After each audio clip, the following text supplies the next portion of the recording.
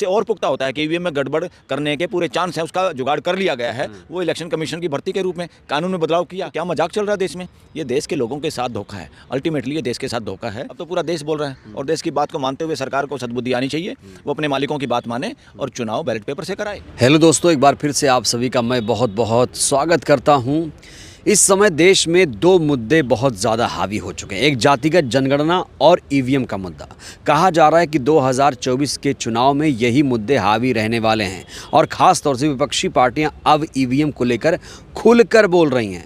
और ये भी कहा जा रहा है कि 2024 में ईवीएम पर अगर फैसला सुप्रीम कोर्ट से नहीं आया तो फिर जो विपक्षी पार्टियां हैं वो ईवीएम का बहिष्कार कर देंगी, क्योंकि अब लोगों को लगने लगा है कि ईवीएम है तो मोदी है। हमारे साथ हैं सुप्रीम कोर्ट की सीनियर लॉयर, वरिष्ठ वकील बलराज मलिक सर। आइए इनसे बातचीत करते हैं। बलराज सर, बहुत बहुत स्वागत आपका। मैं आपसे समझना चाहता हूं कि देश की जनता आखिर ईवीएम को लेकर, विपक्षी पार्टियां ईवीएम को लेकर इतना हो हल्ला क्यों हो रही हैं? क्या वाकई कुछ गड़बड़ है? देखो, गड़बड़ तो अब दिखाई दे रही है ना, कई एग्जाम्पल अब लोग दे रहे हैं। ईवीएम के खिलाफ पिटीशन फाइल हुआ है। सुप्रीम कोर्ट ने पिटीशन को खुद डील करना चाहिए था, मगर सुप्रीम कोर्ट ने, क्योंकि ये कई राज्यों में चुनाव हुआ था, कई राज्यों में गड़बड़ की आशंका थी, कई राज्यों के इस तरह के सबूत हैं, इस तरह की पिटीशन फाइल की थी, उसको पहली बात तो भेज के गलत किया सुप्रीम कोर्ट ने। सुप्रीम कोर्ट को खुद डील करना चाहिए था। इसको लोग ये कह रहे हैं कि सुप्रीम कोर्ट की डिले टैक्टिक्स है ये सुप्रीम कोर्ट कहीं ना कहीं उस रास्ते पे जाना नहीं चाहती जो सरकार के खिलाफ जाता है। इससे सुप्रीम कोर्ट पे क्वेश्चन मार्क उठाने लगे लोग कि सुप्रीम कोर्ट में या हाई कोर्ट में कुछ लोग ऐसे बैठे हैं जो गोदी जज का काम कर रहे हैं। ये बड़ा क्वेश्चन मार्क है, देश के लिए खतरनाक स्थिति है। और अब गड़बड़ की आशंका, हज़ारों की संख्या में कंप्लेंट है, कंप्लेंट का डिस्पोजल हुआ नहीं, इलेक्शन रिजल्ट आपने घोषित कर दिए। इस देश में चोरी चकारी से जीते हुए जनप्रतिनिधि जो होते हैं वो क्या 5 साल का उनका टेन्योर भी होता है। इन कोर्टों में चक्कर काटते काटते 5 साल ही निकल जाते हैं। क्या फ़ायदा है ऐसे इलेक्शन पटिशन का? इसलिए जनता के साथ धोखा होता है। ऐसे इस चालाकी से और गलत तरीके से चुने हुए लोग जनप्रतिनिधि बन जाते हैं। वो एक तरह से कब्जा माना जाएगा पार्लियामेंट पे। जो लोगों की आवाज़ उठाने वाले लोग थे, अगर वही चोरी चकारी से बन जाते हैं तो असली जनता के मुद्दे तो वो उठा नहीं पाएंगे। तो इसलिए ईवीएम को चेंज करना बहुत ज़रूरी है इस वक्त। ये देश की आवाज़ है, ये कांग्रेस और अपोजिशन की नहीं, अल्टीमेटली देश की जनता की आवाज़ है। और देश की जनता की आवाज़ मानने के लिए बाध्य है सरकार, और पार्लियामेंट में वो आवाज़ उठाने के लिए मेंबर पार्लियामेंट बाध्य हैं। और देश की भावनाओं को ध्यान में रखते हुए, देश को का विश्वास बहाल करने के लिए, देश की मांग को मानते हुए सुप्रीम कोर्ट, हाई कोर्टों को भी इस तरह के काम करना चाहिए। जज कोई बाहर से, विदेश से थोड़ा हमने लेके आए हैं, ये यहीं के लोग हैं, सारी बातें जानते हैं। सर कहा जाता है कि अगर 100 पिटीशन सुप्रीम कोर्ट में आती है तो 98 करीब रिजेक्ट हो जाती है, 2 उसमें एडमिट होती है और उसमें भी बहुत वक्त लग जाता है। एक और पिटीशन फाइल हुई थी ADR, association for democratic reform की, उस पर भी तारीख पर तारीख, इंसाफ कब मिलेगा? यस, ADR एक ऐसी संस्था है जो इस देश को जागरूक करती है कि कितना भ्रष्टाचार है, कितना भ्रष्टाचार का पैसा यूज है, किस पे कितने मुकदमे हैं।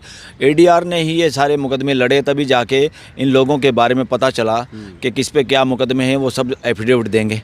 ये एफिडेविट का ही कमाल है कि पहले प्राइम मिनिस्टर अपनी पत्नी का जिक्र नहीं करते थे, और बाद में जब लगा अब ये टाइट हो गया, देश जागरूक हो रहा है, तो उन्होंने अपनी पत्नी का नाम बता दिया, मैं शादीशुदा हूँ। पहले तो वो शादी को छुपा रहे थे देश से। एजुकेशन में गड़बड़ लोग बता रहे थे। यहाँ की जो शिक्षा मंत्री बनी इस पूरे देश की, वो खुद जितनी एजुकेटेड नहीं, वो झूठी डिग्री का उसने जिक्र किया था। इससे बड़ी लानत क्या होगी देश पे? सरकार में बैठे हुए ऐसी महिला को शिक्षा मंत्री बनाया जिसकी खुद डिग्रियाँ नकली, या वो उतनी पढ़ी लिखी नहीं। और देश के सामने क्या दर्शा रहे हो एफिडेविट? उनकी कोई सदस्यता भंग नहीं, कोई मुकदमा दर्ज नहीं हुआ, कोई कार्रवाई नहीं हुई। तो क्या मजाक चल रहा है देश में? ये देश के लोगों के साथ धोखा है, अल्टीमेटली ये देश के साथ धोखा है।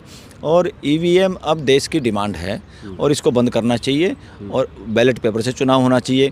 अगर ये कोर्ट नहीं करती है इस बात को और पार्लियामेंट में जिक्र नहीं होता है, सरकार इस बात को नहीं मानती है, तो इन तीनों को छोड़ के, जनता इनकी नौकर नहीं है, ये जनता के नौकर हैं। ये सारे के सारे जो राज्य के अंग हैं, ये अगर काम नहीं करते हैं तो लोगों को अपने आप काम करना होगा। लोग अपने आप कैसे काम करते हैं? मीडिया के जरिए करते हैं, इकट्ठे होके करते हैं, जुलूस रैली निकाल के करते हैं, प्रदर्शन करके करते हैं, सड़कों पे आके करते हैं। वो करना ही पड़ेगा मजबूरन। इसीलिए right to expression fundamental right है देश लोगों का, वो एक राइट बचता है, वो लगातार बना रहता है। वो बहुत रेयर चांसेस में इमरजेंसी में बंद किया जाता है।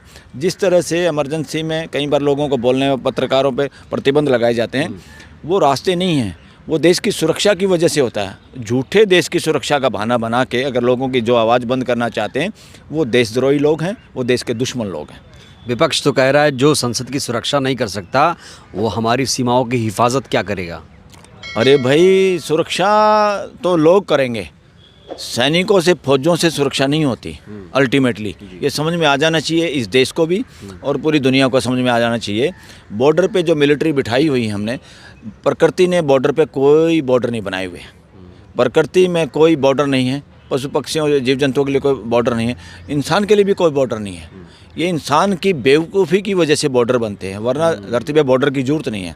बॉर्डर तो एक व्यवस्था बनाए रखने के लिए है, एक दूसरे को मारने के लिए नहीं है, ताकि यहाँ एक व्यवस्था बनी रहे। जैसे घर हैं अलग अलग, फ्लैट और मकानों में रहते हैं, वहाँ भी दीवार होती है ना, वो बॉर्डर होते हैं दो लोगों के बीच में, और कुछ नहीं है। बॉर्डर अल्टीमेटली व्यवस्था का नाम है, बॉर्डर लोगों को मारने के लिए, डराने के लिए नहीं है।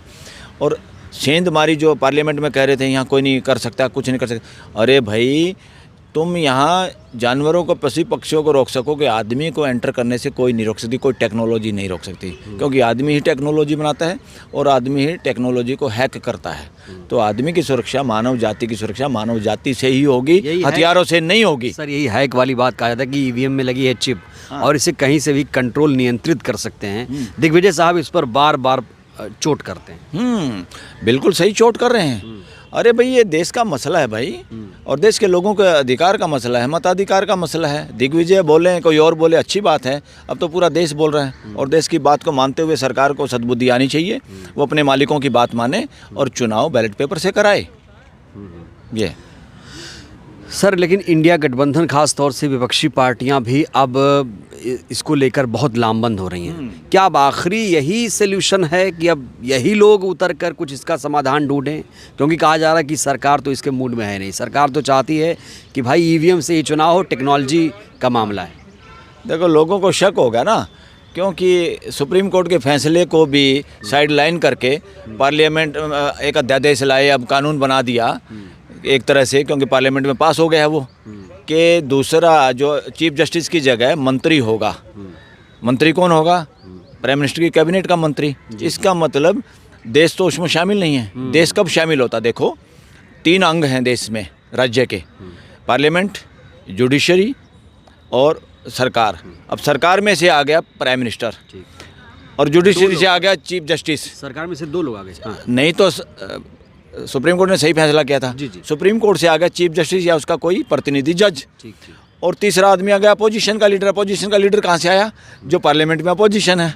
इसलिए तीनों अंग शामिल थे। अब तीनों अंग को साइड लाइन करके जुडिशरी को भी बाहर किया और अपोजिशन को माइनॉरिटी में ला के एक मंत्री को बनाना, ये अपने आप में उसके वो दिखाती है चुनाव आयोग कठपुतली बन जाएगा इसका मतलब। अरे मन में काला है, आप चोरी करना चाहते हैं, आपके मन में चोरी की भावना है, तभी तो आप ईमानदार लोगों को लाना नहीं चाहते, तभी आप उसको जेब से निकले हुए आदमी को बनाना चाहते हैं, जैसे आप लोग मुख्यमंत्री को बना रहे हैं। तो ये तो स्पष्ट जाहिर है कि इससे और पुख्ता होता है कि ईवीएम में गड़बड़ करने के पूरे चांस हैं, उसका जुगाड़ कर लिया गया है। वो इलेक्शन कमीशन की भर्ती के रूप में कानून में बदलाव किया, क्योंकि तुम्हारी जेब से निकले हुए जो भी कमिश्नर होंगे वो वही काम करेंगे। आप जो चोरी करवाओगे चोरी करवा देंगे, आप जो हेराफेरी करोगे उसको पकड़ेंगे नहीं, देश कंप्लेंट करता रहेगा, उसका कुछ होगा नहीं।